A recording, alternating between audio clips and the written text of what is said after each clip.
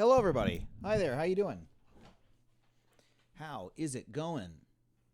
How's it going, Blunt Force Drama? How's it going, Matthias Likes Auction? How's it going, Osmosis 9? How's it going, Derek Ganj? How's it going, Nut Kebab? How's it going, Geeky Girl 15? How's it going, Berkey 10? How's it going, Bake 31011? How's it going, Platypus Surprise? How's it going, Matthias Likes Oxygen? How's it going, Don Quiche? So I was thinking about doing a learning stream today, but I was also thinking I'm kind of tired, and I don't know if I have the energy for a learning stream, and maybe I should just play more Magic the Gathering. What do you guys think? Everyone does like Magic the Gathering here. Joe's the boss. Subscribe for tier 1 for 3 months in advance. Thank you so much, Joe's the boss. You are indeed a boss. How's it going, Zaxvio? Xavier. How's it going? What's up, everybody? What's up? What's up, we are vibing, Super David 369. Hey, thank you, Joseph Boss. Been a fan since the College Humor days. Just wanted to show some support. Really appreciate that. You would like to learn, Geeky Girl 15.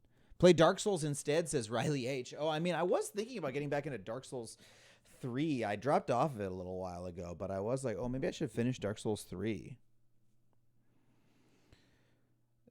Adam, my grandpa was buried the other day, and we didn't get him the casket with Wi-Fi. I feel bad. That's from the Adam Ruins Everything episode about death. Amazing. Thank you for that. You're in the mood to learn Blunt Force Drama.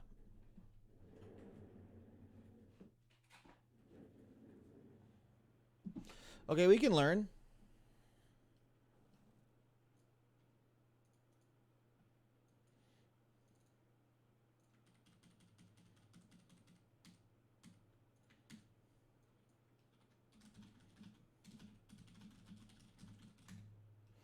How's it going, Dancing Queen 2257? My weekend was pretty good.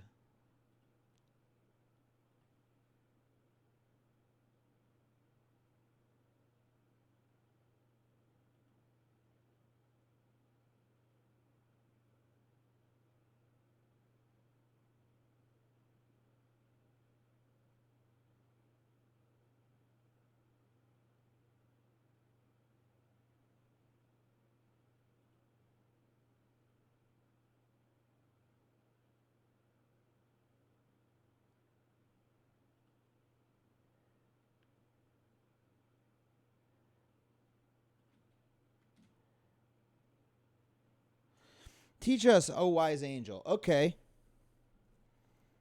Just laying here watching me. Thanks so much, Dancing Queen. Well, let me tweet about this, and then we'll do some of it here.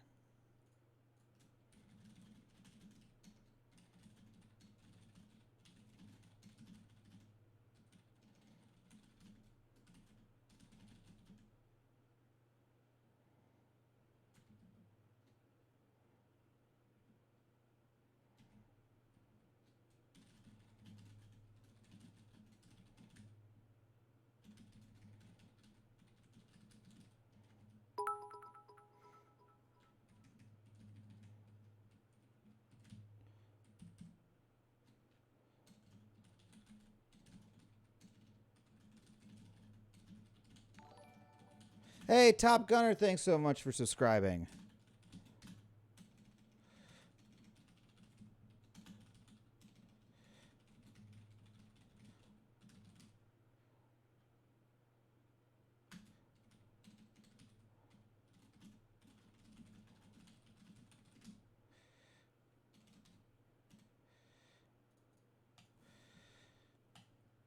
Hey, thanks for the bits, Bake. Really appreciate that. No, Samuel Adams is the guy the beer's about. How long has this been streaming? You can type !uptime and you can see it there. John Adams is a founding father, I think. Yeah, you're right about that. John Adams is a founding father. Okay, let's go to our learning stream here. Oops, we were doing autism and neurodiversity last week. Let's learn about why John Adams sucked.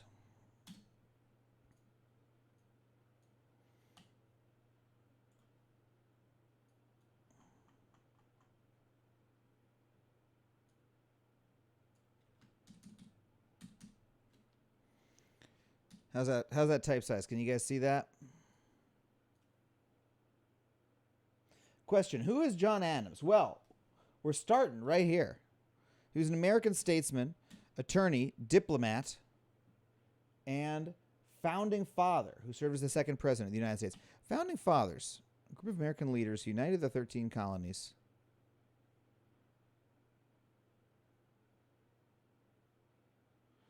John Jay, they never talk about quite as much.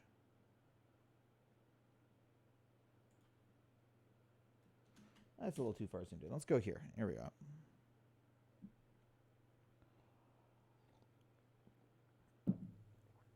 Okay, so John Adams. Now, by the way, if you guys have never seen the Paul Giamatti miniseries about John Adams, I really recommend you check it out. It's quite good.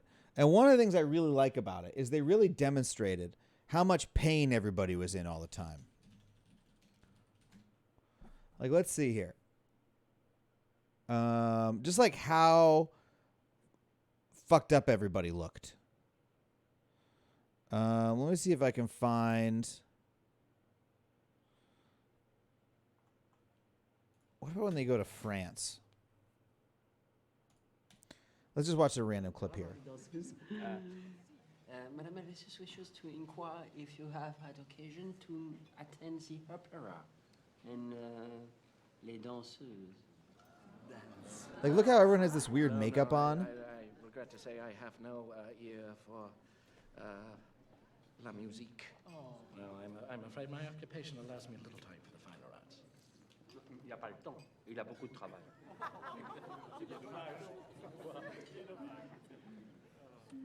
No, I must study. Like, everyone has bad teeth and they have horrible diseases that are happening to them all the time. We'll have the liberty to study mathematics and philosophy. Oh, hey, Hard Disk Live says, oh, wow, you have a Twitch, dude. I love you. Since early CH days, you made me laugh and then learn with Adam Ruins Everything. Thank you so much. Really appreciate that. Thank you for saying so. Let's see if we can find another weird clip of this here. Benjamin Franklin savagely owns John Adams. Is it your purpose to destroy everything we've accomplished? To engineer the recall of the fleet under Admiral D'Estaing? Or is this some new kind of diplomatic initiative? The direct insult followed by the petulant whine. What are you thinking of? A good diplomat, Mr. Adams, observes much, acts little, and speaks softly. The Comte de Vergennes means to keep his hand beneath our chin to prevent us from drowning. It's a very good miniseries. I just do recommend you watch it. It's very good. Okay, so let's learn about John Adams. Now, one interesting thing about him: assisted in drafting the Declaration of Independence, and its foremost advocate in Congress. That's a great thing to do. He helped negotiate a peace treaty with Great Britain, secured vital government loans. He went to France for a long time. He was the only president elected under the banner of the Federalist Party. This is interesting. The Federalist Party, the first political party in the United States, under Alexander Hamilton, it dominated the national government from 1791 to 1801, became a minority party, while keeping its stronghold in New England, made a brief resurgence by opposing the War of 1812, and then collapsed with its last presidential candidate in 1816, led by Alexander Hamilton. And DeWitt Clinton. Oh, that's interesting. DeWitt Clinton, his name is all over New York City. Senator, mayor of New York, 6th governor of New York. Largely responsible for the construction of the Erie Canal. Oh. He had a VP from his different party. His decision to pack the courts led to Marbury versus Madison. He's involved in the election of 1800, and because of the lead to the 12th Amendment. I don't understand what that part means, City Boy, but thank you so much for all this information. Joe Zaboss says, Adam, the show, meaning my show, Adam Ruins Everything, got taken off of Netflix. Do you know where I can watch season 3? Yeah, Adam Ruins Everything. I believe starting on December 1st, the entire series is going to be on Netflix. Notflix. The entire series is going to be on HBO Max. You'll be able to see the whole thing on HBO Max. So go check that out. That's the same Clinton that's all over Chicago? Would it be the same one? I would have thought it would have been a different Clinton because it's New York versus Chicago. That election led to the 12th Amendment. Got it.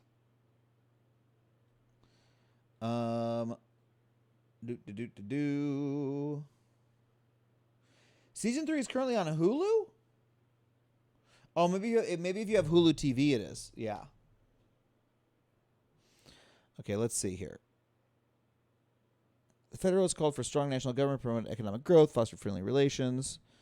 The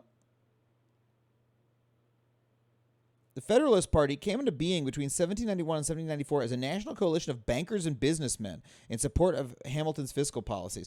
So that tells you something right off the bat. Here, let's open up a new WikiPad here, Etherpad. This is what we learned about Autism Speaks last time, but let's do something new. Why John Adams sucked. Okay, so he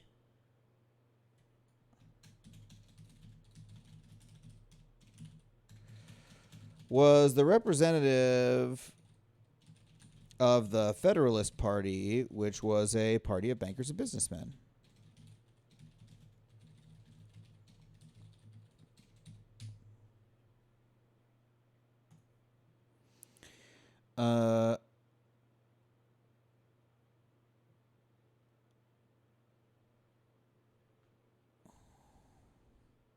Who's the only president? I should write that instead. Was the only president elected by the Federalist Party. We should bring back the Federalist Party.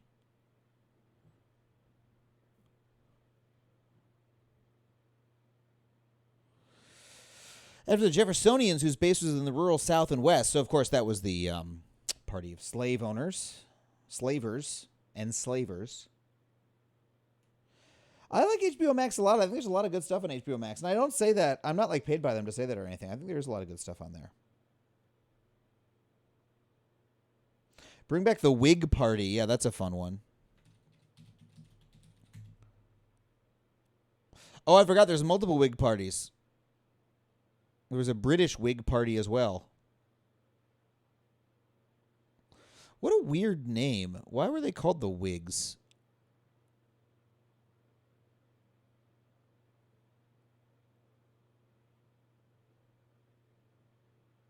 Name. The term Whig was originally short for Whigamore, a term meaning cattle driver used to describe Western Scots who came to Leith for corn. In the reign of Charles I, the term was used during the War of Three Kingdoms to refer derisively to a radical faction of the Scottish Covenanters who called themselves the Kirk Party. It was then applied to Scottish Presbyterian rebels. The term Whig entered the political discourse during the Exclusion Bill crisis, when there's controversy about whether or not King Charles II's brother, James, should be allowed to succeed to the throne. It was a term of abuse applied to those who wanted to exclude him on the grounds he was a Roman Catholic.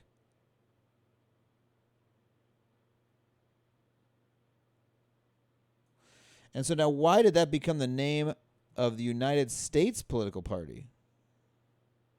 The Whig Party is supposed revival of the historical Whig Party. Oh, that's fun.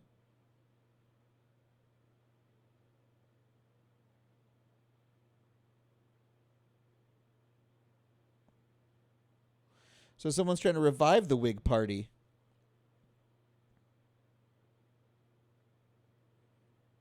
Oh, except it's like clearly it's hardly anything. This is barely a website.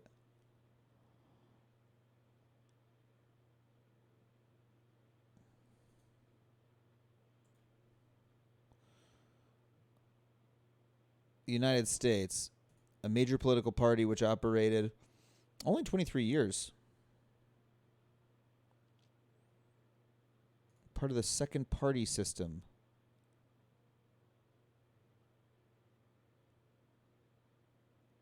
Oh, this is interesting. Historians of political sciences use second party system to periodize the political party system operating in the United States from 1828 to 1854 after the first party system ended. The system was characterized by rapidly rising levels of voter interest beginning in 1828 as demonstrated by election day turnouts, rallies, partisan newspapers.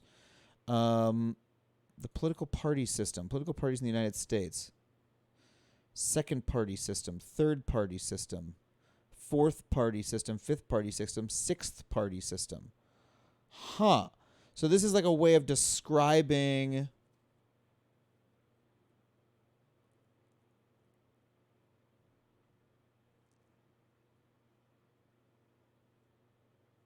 the Constitution doesn't mention political parties. So this is basically like the different party regimes that we've had throughout American history.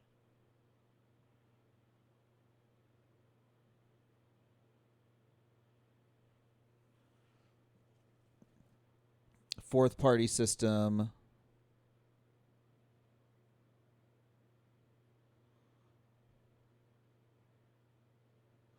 And this is the one we're in now. New voter coalitions. This is really interesting. I'm reading the book Nixon Land right now. Nixon's racially based Southern strategy, which he used successfully to attain the presidency in 1968.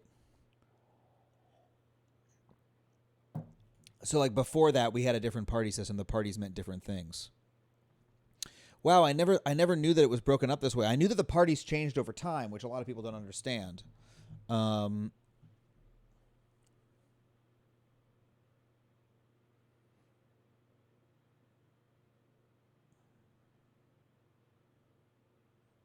I didn't know that historians divided up this way.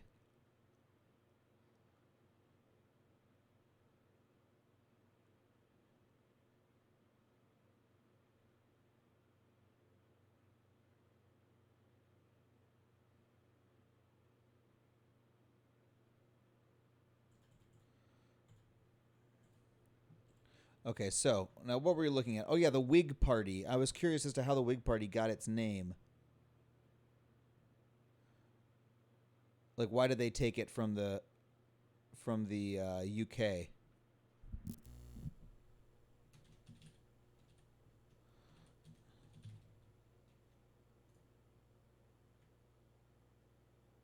After the dissolution of the Whig Party, the term Whig remained the name of various newspapers, including the Quincy Herald Whig.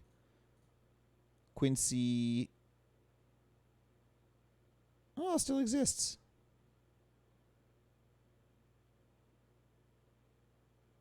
The Quincy Whig Journal.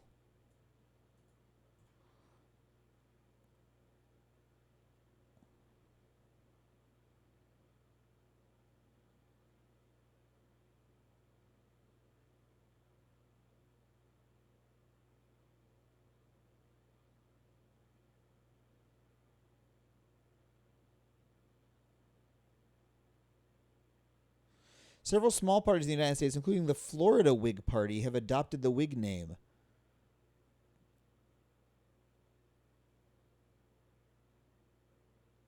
The Florida Whig Party. Very funny. Man, once you start looking at political history, there's always more and more and more and more to learn about. Okay, so, well, I just wanted to know why they named it after the British Whig Party, but I guess we're getting a little far afield. Trying to learn about Thomas Jefferson here. So Thomas Jefferson was a Federalist.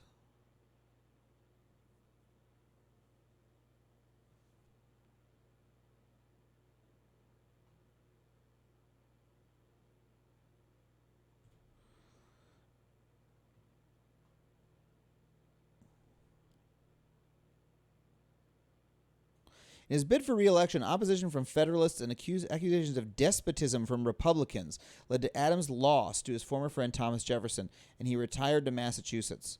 So he was the first president to never be re-elected. Right? Yeah. First presidential incumbent to lose an election.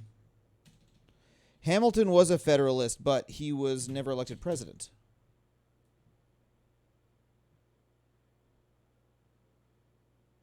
Reagan and Nixon were partners in crime, correct?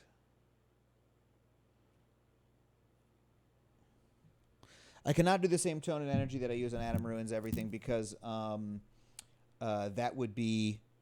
I'm not getting paid. So that's why I can't.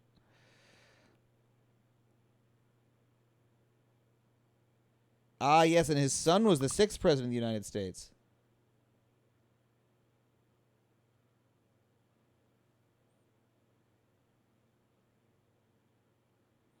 Surveys of historians and scholars have favorably ranked his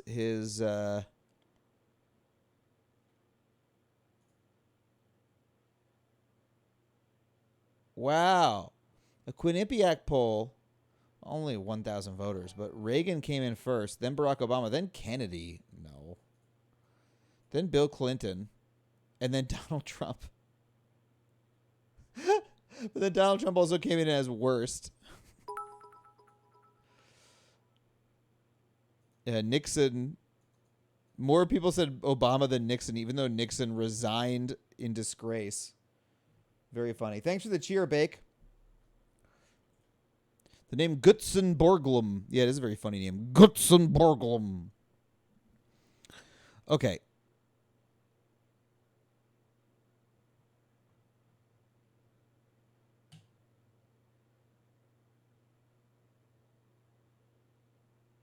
Oh, yeah, I heard about this. Hold on a second. Let's read about the Boston Massacre. Okay. On March 1770, a lone British sentry was accosted by a mob of citizens. 8 of his fellow soldiers reinforced him, and the crowd around them grew to several hundred.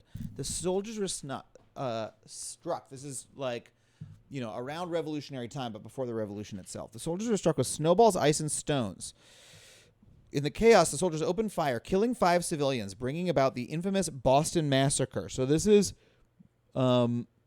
citizens were murdered by the British. The soldiers were getting hit with snowballs, and so the British soldiers killed them.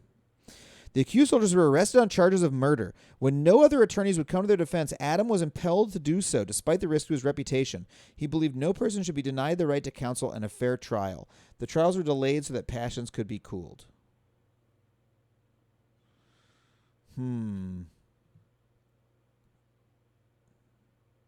The week-long trial began on October 24th and ended in acquittal because it was impossible to prove that he had ordered his soldiers to fire. The remaining soldiers were tried in December, when Adams made his legendary argument regarding jury decisions. Facts are stubborn things, and whatever may be our wishes or inclinations or dictates of our passion, they cannot alter the state of facts and evidence. It is more important that innocence be protected than that guilt be punished, for guilt and crimes are so frequent in this world that they cannot all be punished. But if innocence itself is brought to the bar and condemned, perhaps to die, then the citizen says, whether I do good or whether I do evil is immaterial, for innocence itself is no protection. And if such an idea as that were to take hold in the mind of citizens, that would be the end of security whatsoever. Very fine words.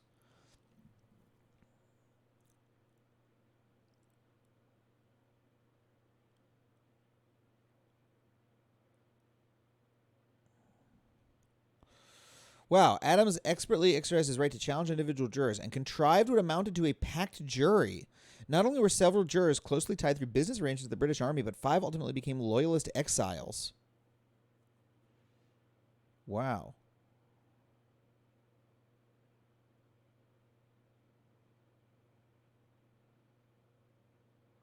One of Boston's seats opened 3 months later in the Massachusetts legislature.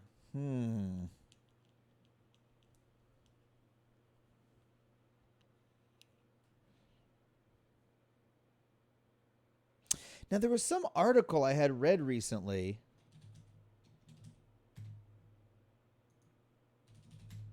about the Boston Massacre. Was it in the Smithsonian? It was like on Twitter, and it was about how our memory... Oh, is this it? This could be it. How picturing the Boston Massacre matters. Ah, yes. Crispus Attucks.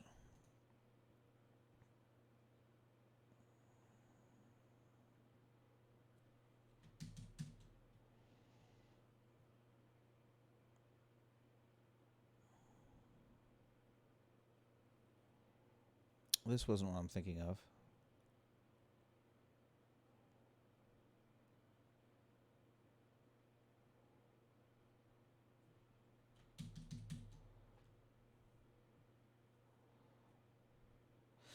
Yes. So this is the issue. So that's a very good story about the Boston Massacre. That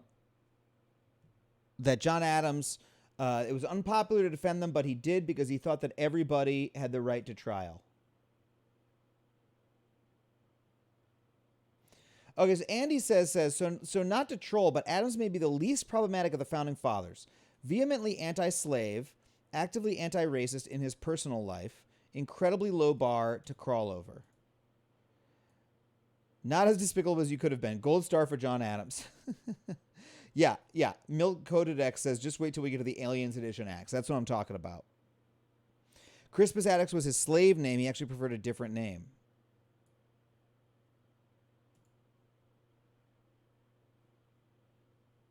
Adams to you is a tale about how power corrupts. Interesting, Andy says.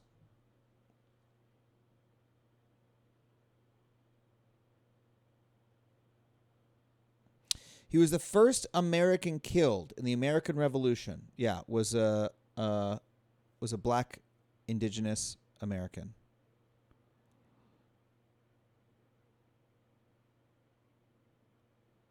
Crispus Attucks. He was born in Framingham. Slave.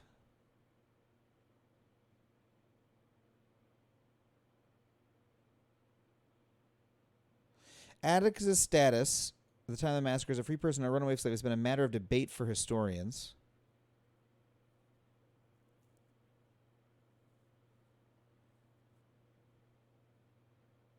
Many historians believe he went by an alias.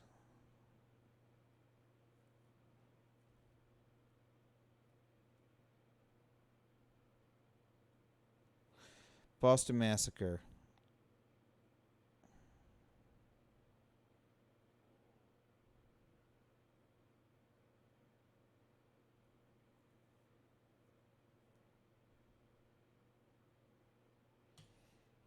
Here he is being shot. Right there.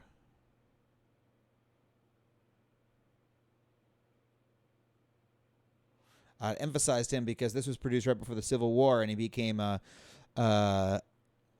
icon to abolitionists.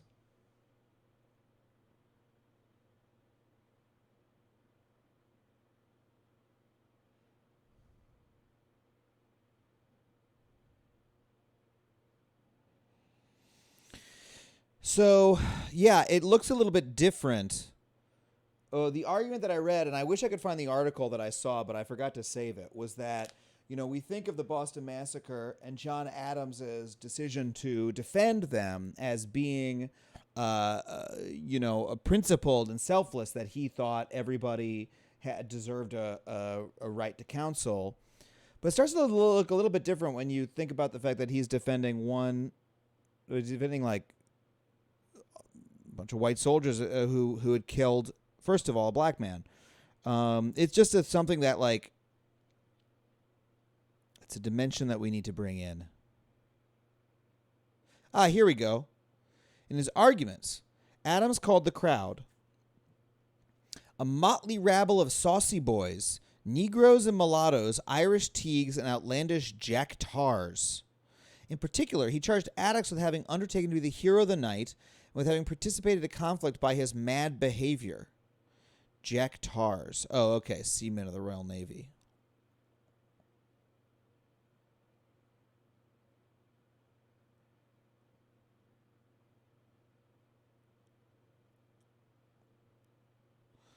So at the very least,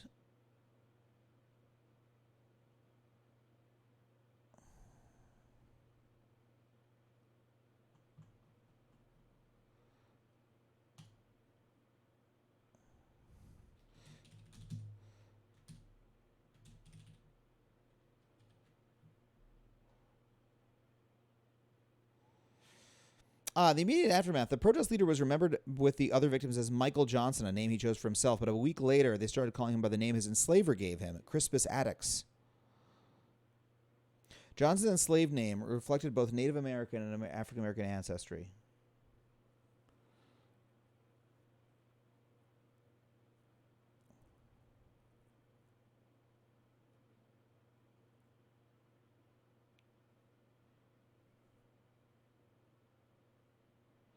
Most surviving examples present this man as white, although some rare hand-colored examples do darken his face. Revere marginalized or even whitewashed Johnson in his illustrations to make the Patriot movement appear orderly and law-abiding.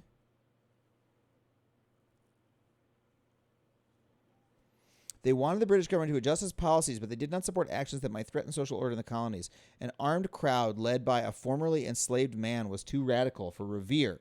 John Adams shared Revere's concerns, so he defended the soldiers at their trial in April, where he also tried to distance the protesters from the Patriot movement by painting a certain picture of Johnson. In his closing argument, He described a reinforcement coming down under the command of a stout mulatto fellow whose very looks was enough to terrify any person. What had not the soldiers then to fear? Wow. So basically, John Adams race baited in order to win this trial, even if it's the case that he... So the story that we've heard is that he bravely took on this unpopular duty because he thought everyone had a right to trial. But also part of his goal was to distance the head of the mob, not the mob, the head of the protesters, Attucks / Michael Johnson, from the rest of the protest movement by saying that this was actually an unruly mob led by a black man.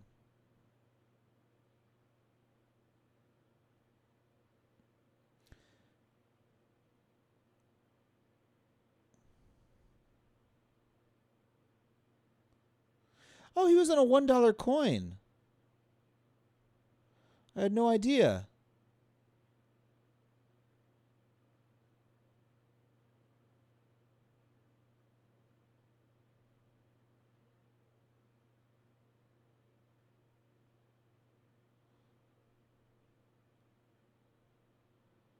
This is a really cool article. I'm going to share this in the chat so you guys can check it out.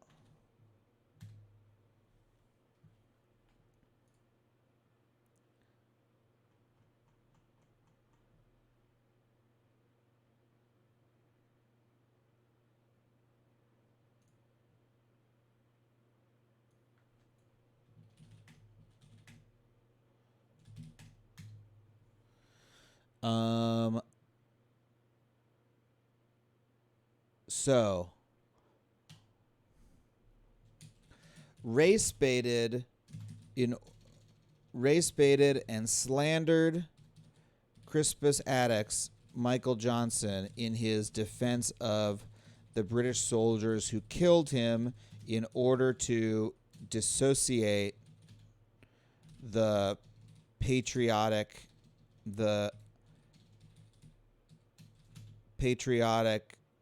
rebellion from black man. So that's one reason he saw. I think that's not great. They put him on the coin, but they also used his slave name on the coin. Yeah, I mean, it was 1998. They weren't aware of such things at the time.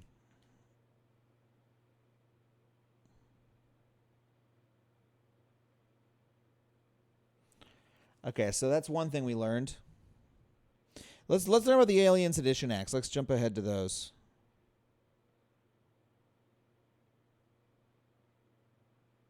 I do like this picture of Ben Franklin. I don't know why, I just like it. Wearing a lot of gray.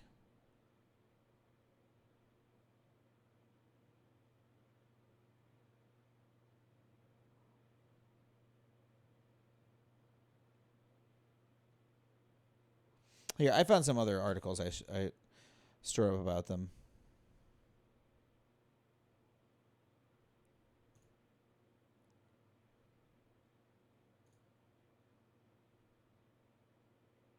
Here we go. The Alien Sedition Acts. This is from ushistory.org. I don't actually know what site this is, but it looks like it'll be a pretty good introduction. No protesting the government, no immigrants allowed in, no freedom of the press, lawmakers jailed. Is this the story of the Soviet Union during the Cold War? No.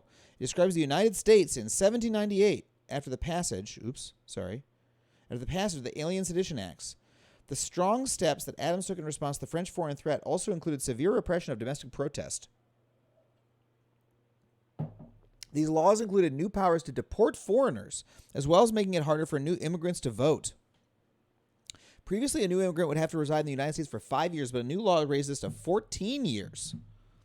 Clearly, the Federalists saw foreigners as a deep threat to American security. Now, isn't that fucked up? Because, I'm sorry, weren't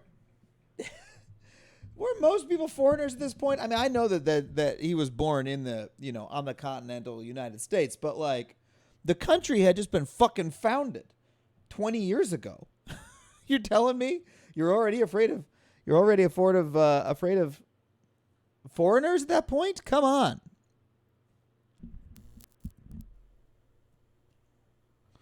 Not coincidentally, non-English ethnic groups had been among the core supporters of the Democratic Republicans in 1796. Huh. What do you know? The most controversial of the new laws permitting strong government control over the individual actions of the Sedition Act. In essence, this act prohibited public opposition to the government. Fines and imprisonment could be used against those who write, print, utter, or publish any false, scandalous, and malicious writing against the government. Under the terms of this law, over 20 Democratic Republican newspaper editors were arrested and some were imprisoned. The most dramatic victim of the law was Representative Matthew Lyon of Vermont. His letter that criticized President Adams' unbounded thirst for ridiculous pomp, foolish adulation, and self-avarice caused him to be imprisoned. While Federalists sent him to prison for his opinions, his constituents reelected him to Congress even from his jail cell. A fight in Congress. This image appeared in Harper's New Monthly magazine nearly a century after the incident between Lyon and Griswold, the poetic caption. He in thrice struck Griswold thrice across his head in rage to seize the tongs to ease his wrongs, and Griswold thus engaged, sir. Wait, hold on a second. Let's look up Lyon and Griswold. I think I know what this is in relation to. Lyon and Griswold fight.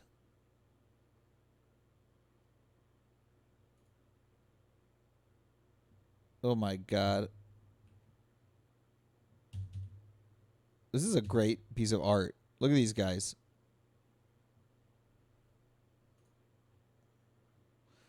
On this day in 1798, Roger Griswold of Connecticut took up a wooden cane to attack Matthew Lyon of Vermont.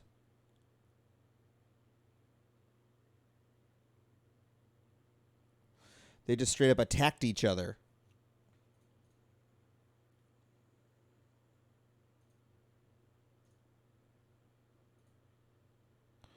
Sedition Act clearly violated individual protections under the the Sedition Act clearly violated individual protections under the First Amendment of the Constitution. However, the practice of judicial review, whereby the Supreme Court considers the constitutionality of laws, was not yet well developed. So, like, there wasn't a way to there was not yet a way to say the law was unconstitutional because we hadn't yet figured out that that was what the Supreme Court was for. Furthermore, the justices were all strong Federalists. As a result, Madison and Jefferson directed their opposition to the new laws to state legislatures.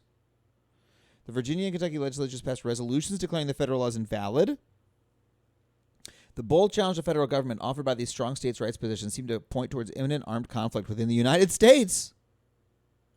Because the federal and the state laws were in conflict with each other, and there was no way to rectify that at the time. The Federalist was the other political party. So the Federalists were John Adams' political party, and the Democratic Republicans were Jefferson's political party. So basically, John Adams passed a law which made it illegal to be in the other political party, or publicly to state your opposition to the current political party and that you prefer the other political party. And then 20 newspaper editors who supported the other political party were arrested and jailed. Enormous changes had occurred in the explosive decade of the 1790s. Federalists in government now viewed the persistence of their party as the equivalent of the survival of the republic. Wow. This led them to enact and enforce harsh laws. Wow. Does that sound like anything today? Doesn't that sound a little bit like our parties today? Oh, if the other party wins, the country is over. Federalists revolved around Madison's philosophy of governance. Democratic Republicans revolved around Jefferson. Eventually, this got more complicated. Hamilton as well was a big Federalist, right?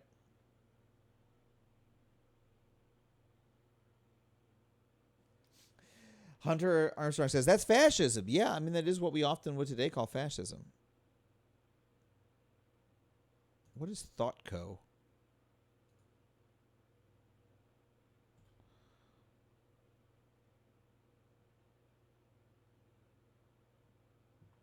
So, like, this is essentially like a Super Patriot Act.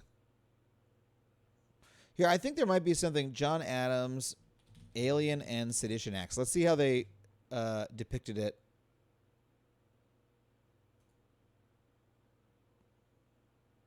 Oh, what does this guy say?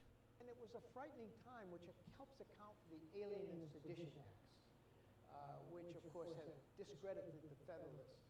I actually think this was the most frightening moment in our history, with the second most frightening may have been in early 1942, when we feared a Japanese invasion. And you know what we did in turning hundreds of thousands.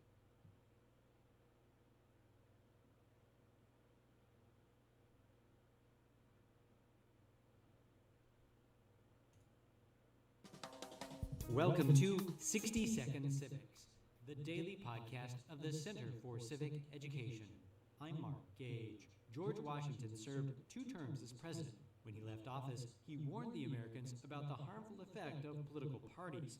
By the election of 1796, there was serious hostility between the Federalists and the Republicans. Each party wanted one of its own people to win the presidential election.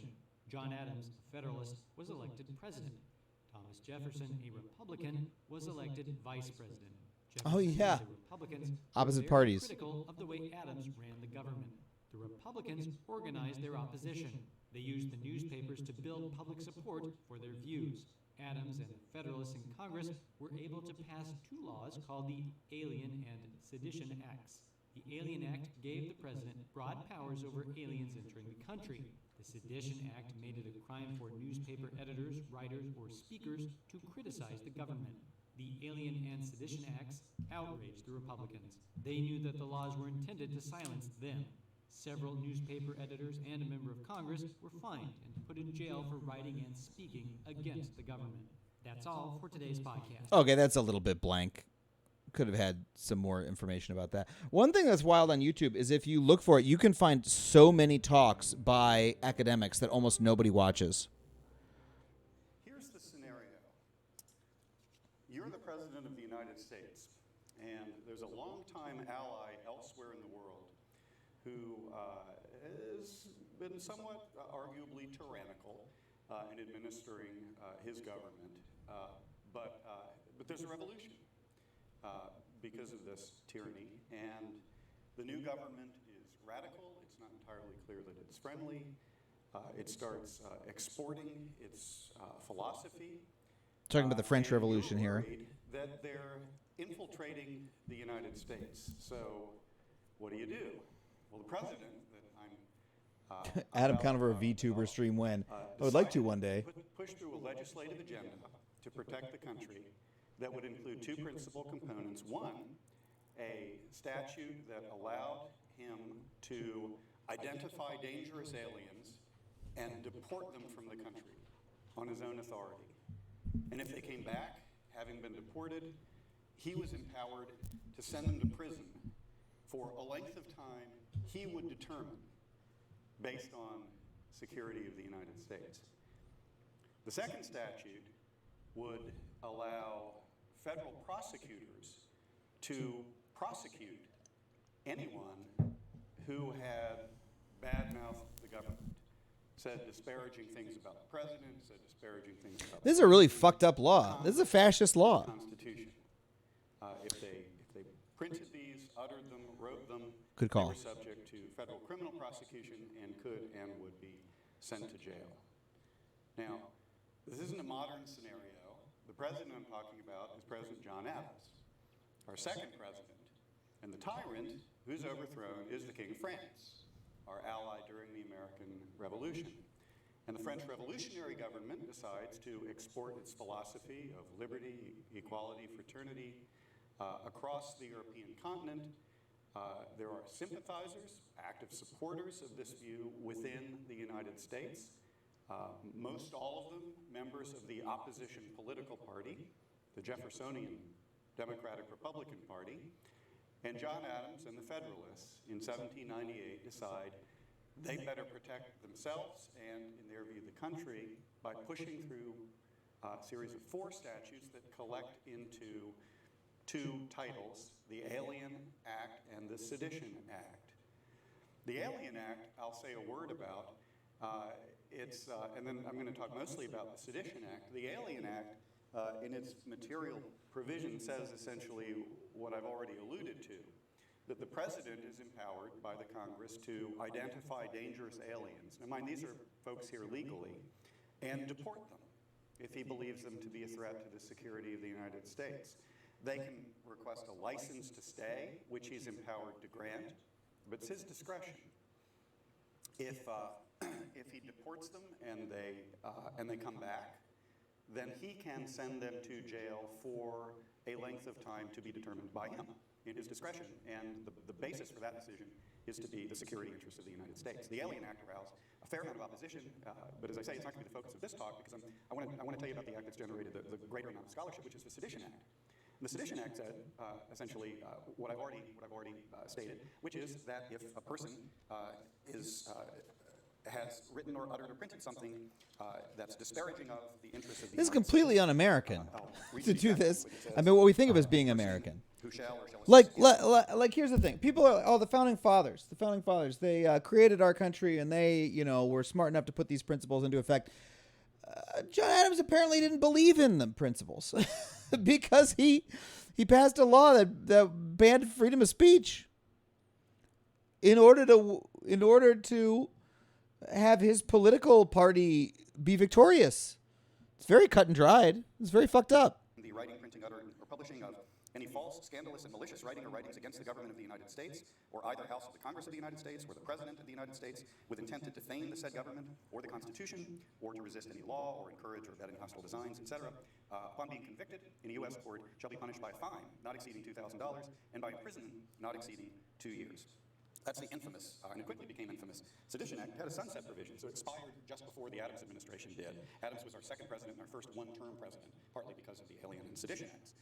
And it's gone down in history, the Sedition Act, which incidentally was actually used to prosecute 11 people, 10 of whom were found. John Adams took a Sharpie to the Constitution, yeah. I'll talk a little bit about a couple of those in a minute. But it's gone down as our first great constitutional crisis, the Sedition Act crisis. 1798, fairly early. We haven't had a constitution very long at this point. And the basis that most folks now assume to have been raised to challenge the Sedition Act is the obvious one to us, which is the First Amendment. And if the government did this today, if the government today passed a statute making a crime to say, Hey, thanks for the sub, Repairman Jack. You got prosecuted, you'd file a First Amendment claim in a federal court, almost certainly, and you'd probably win. This is a violation of your free speech rights to say things about the government.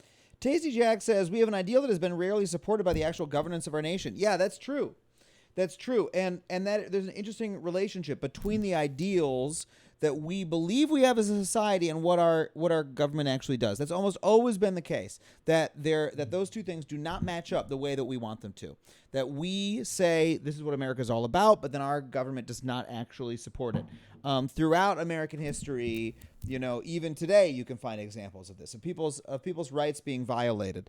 And that's why civic education is so important, because one of the only checks against that is if the right exists in the minds of people.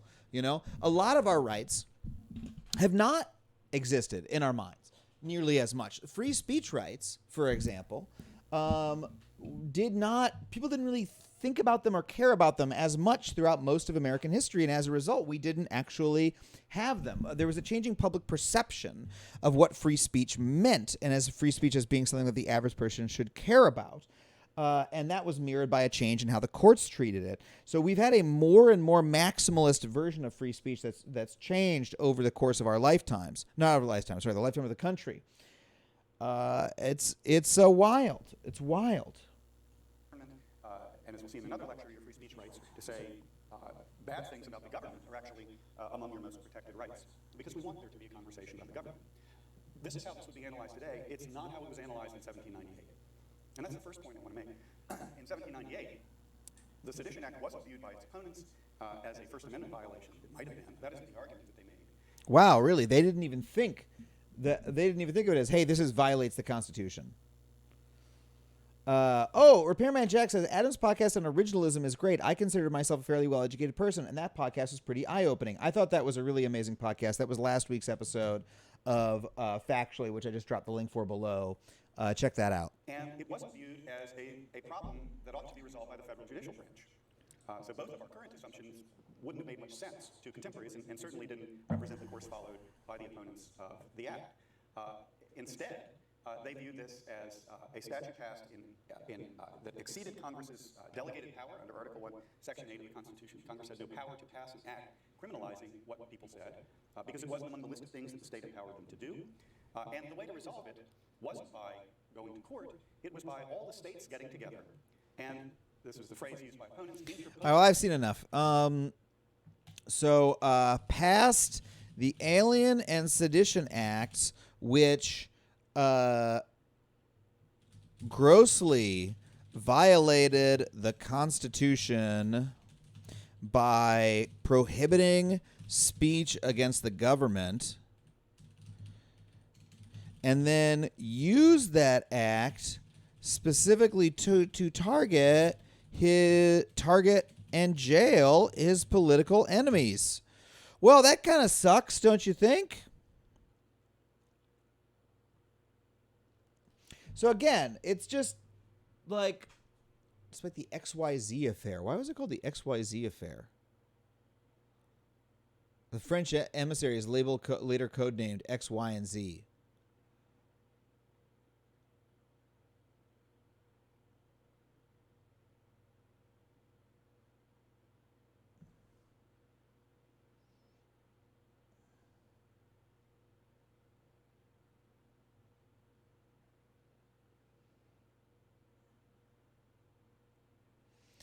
Adams had not promoted any of these acts, but was urged to sign them by his wife and cabinet. He eventually agreed and signed the bills into law.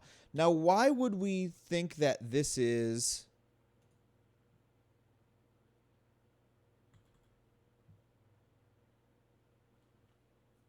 This is giving him a lot of credit and saying, oh, he really didn't want to sign them.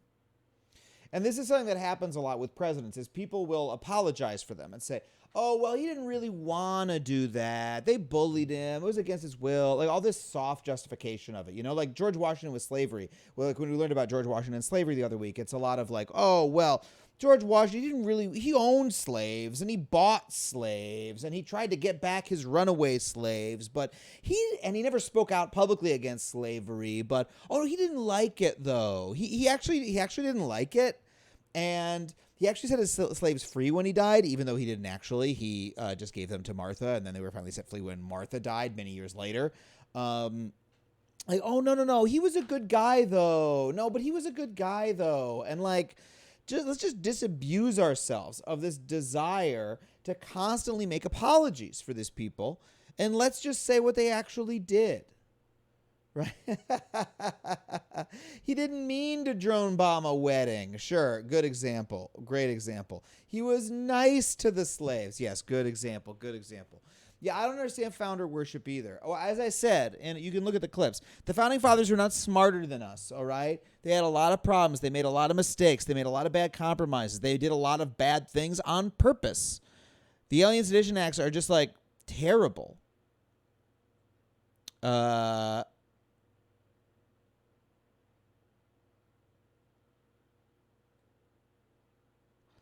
Here's a bunch of historians who are apologizing for it again, saying, oh, it wasn't really that bad.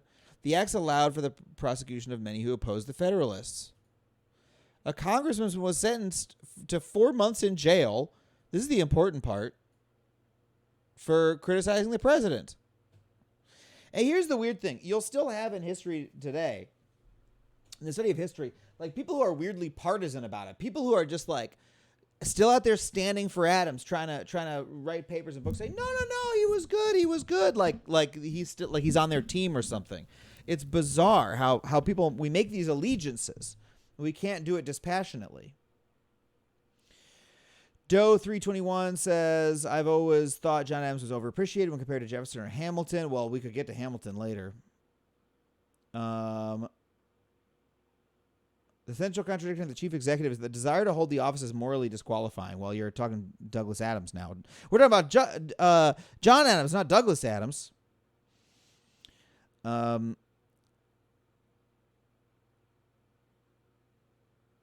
they were here. So this is a great point. Adam, they were people just like us. And guess what? They were fucked up just like us. Yes, that's the point.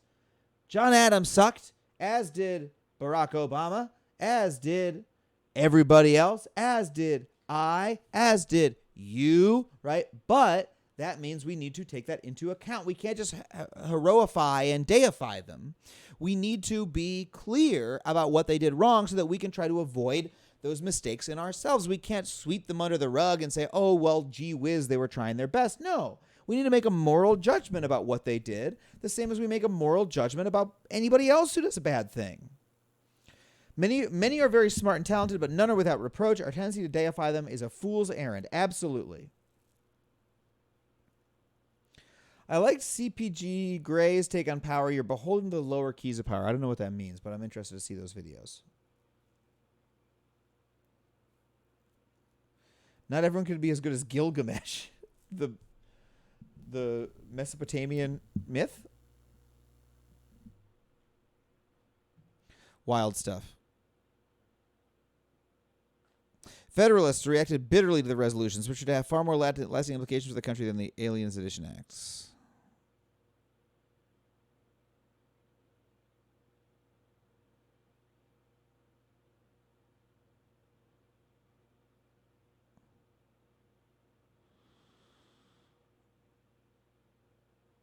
Jefferson, discussed by the acts, wrote nothing publicly, but partnered with Madison to secretly draft the Kentucky and Virginia resolutions. Now, how did they have more lasting implications?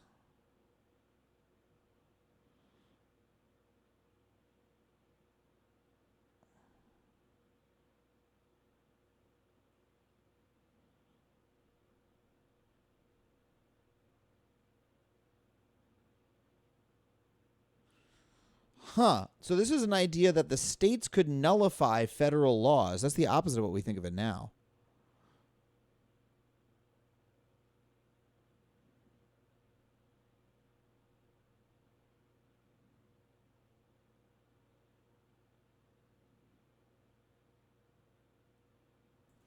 Okay, well, so here's what we have.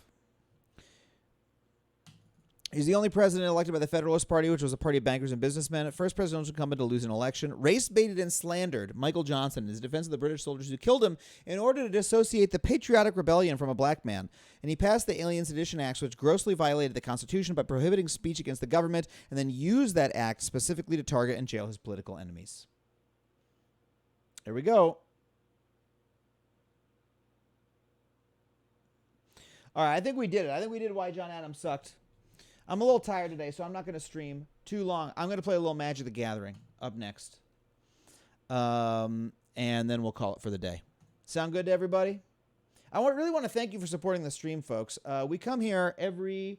I'm going to have to drop a day off of my stream schedule. I think I'm going to have to eliminate Tuesdays. And from now on, we're going to do Mondays and Thursdays. Monday, learning stream. Thursday, stand-up stream. And in between,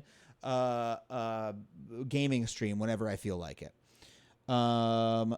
And everyone says sick. Everyone loves Magic the Gathering. I'm not feeling sick. I'm just a little tight, and I have some work to do tonight. Yeah, we'll play.